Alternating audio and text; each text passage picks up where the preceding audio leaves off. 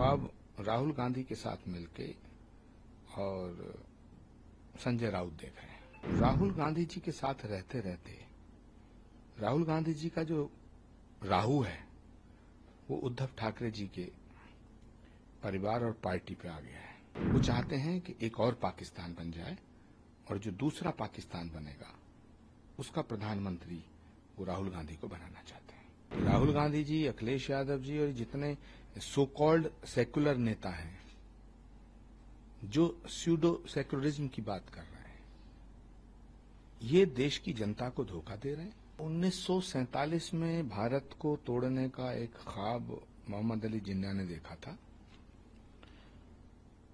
और उसी तरह का एक ख्वाब राहुल गांधी के साथ मिलके और संजय राउत देख रहे हैं।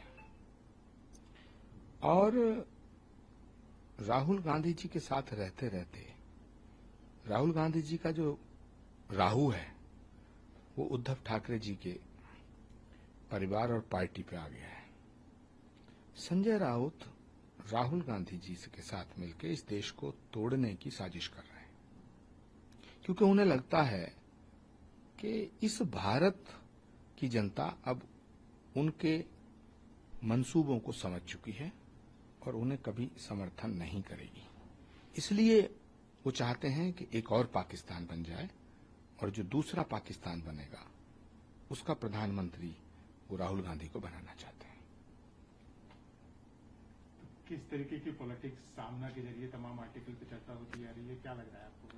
देखिए, सामना एक ऐसा मुखपत्र रहा है जो देश की बात करता था, राष्ट्र की बात करता था, छत्रपति शिवाजी महाराज की बात करता था, महाराणा प्रताप, गुरु गोविंद सिंह जी महाराज, नेताजी सुभाष चंद्र बोस और देश के शौर्य की बात करता था।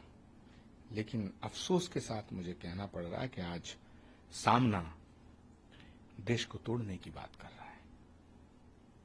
मुझे बड़ी पीड़ा हो रही है और बाला साहब ठाकरे की आत्मा, बाला साहब ठाकरे जी की आत्मा आज बहुत दुखी होगी कि उनके द्वारा स्थापित, उनके द्वारा बनाया गया एक मुखपत्र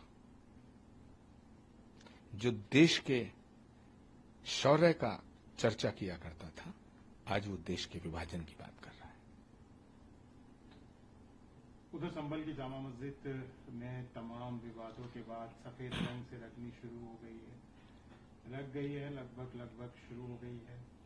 विवाद भी हुआ था, मुस्लिम लोग ग्रीन कलर को बोल रहे थे, हिंदू पक्ष सैफरन कलर के लिए मान रहा है। फिलहाल तो सफेद रंग हो रहा है। देखिए, सफेद रंग हो या काला हो, पीला हो, गुलाबी हो या भगवा हो, सारे रंग भारत के हैं। मंदिर पे कोई रंग करो, मस्जिद पे कोई रंग करो, परमात्मा का रंग तो एक है, परमात्मा एक है। जो उसके रंग में रंग गया वो परमात्मा का हो गया। संभल एक ऐसा स्थान है जहां भगवान कल्कि का अवतार होगा। संभल वो धरती है जहां भगवान राम एक बार कल्कि के रूप में अवतार लेंगे और उसी धरती पे श्री कल्कि धाम का निर्माण हो रहा, जिसका शिलान्यास करने 19 फरवरी 2024 को भारत के प्रधानमंत्री आए थे। तो जो संभल में दिख रहा है ये अवतार से पहले के चमत्कार है। संभल के डिप्टी एसपी के बयान को लेकर भी तमाम चर्चा रही। उनके पिताजी ने भी उनकी सिक्योरिटी को लेकर चिंता जाहिर की है, हालांकि एसपी ने आश्वासन भी दिया। देखिए, मैं संभल में जो लोग तैनात हैं, चाहे वो पुलिस के हैं या प्रशासन के हैं, मैं उनकी समझदारी और उनकी बहादुरी की सराहना करना चाहता हूं, क्योंकि समाजवादी पार्टी के नेताओं ने संभल को दंगों की आग में झोंकने की साजिश रची थी। संभल का पुलिस प्रशासन अगर मुस्तैद न होता और समझदारी से काम न लेता तो संभल दंगों की आग में जल गया होता।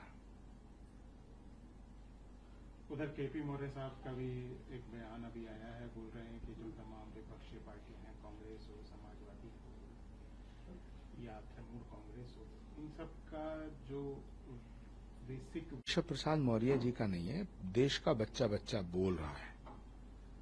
देश का बच्चा बच्चा बोल रहा है कि राहुल गांधी जी, अखिलेश यादव जी और जितने सो कॉल्ड सेक्युलर नेता हैं जो स्यूडो सेक्युलरिज्म की बात कर रहे हैं, ये देश की जनता को धोखा दे रहे हैं, भारत के संविधान के खिलाफ हैं।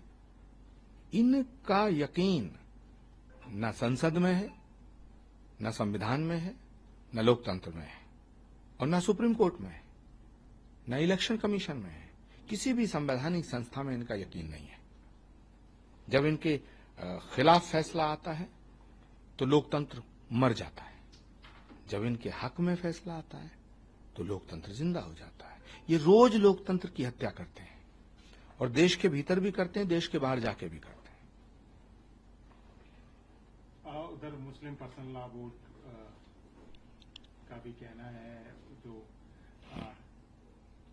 कि all India Muslim personal law board Bharat में रह रहे मुसलमानों की हिमायत करने के लिए बनाया गया था, लेकिन अफसोस की बात यह है कि भारत के मुसलमानों की बात नहीं करता वो पाकिस्तान और बांग्लादेश से गाइड हो रहा है। ये देश के हित में नहीं है, मुल्क के हित में नहीं, ये मुल्क के खिलाफ है। पूरी कम्युनिटी को बहकाना, पूरी कम्युनिटी को गुमराह करना, ये काम तो ठीक नहीं है। मुस्लिम पर्सनल लॉ बोर्ड के तमाम जिम्मेदारों से मैं गुजारिश करना चाहता हूं कि वो भारत के मुसलमानों को भारत से अलग करने की साजिश ना करें। दूसरा, उधर तमाम तरीके के बयान, क्या लग रहा है आपको पॉलिटिक्स में? कुछ ऐसे नेता हैं जिनको विरासत में सियासत मिली है। ये गमलों में उगे हुए पौधे हैं, कोहनी पे टिके हुए लोग, टुकड़ों पे बिके हुए लोग, बरगद की बात करते हैं, गमलों में उगे हुए लोग। तो इन्हें सियासत विरासत में मिली है, और ये जो मुलायम सिंह जी की अमानत है उसमें खयानत कर रहे हैं। ये ठीक नहीं है।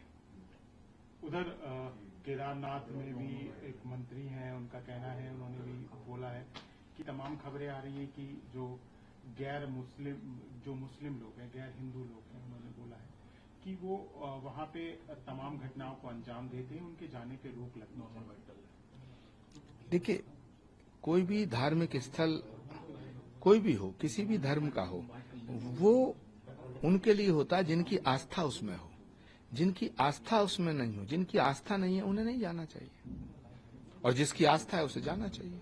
तो सवाल तो आस्था का है, सवाल श्रद्धा का है, सवाल अपने अपने अकीदे का। जिसकी आस्था जहां है उसको वहां जाना चाहिए, और जिसकी आस्था नहीं है तो डिस्टरबेंस पैदा करने के लिए नहीं जाना चाहिए। न्यूज नेशन अब व्हाट्सएप पर खबरों के ताजा अपडेट के लिए न्यूज नेशन के इस QR कोड को स्कैन करें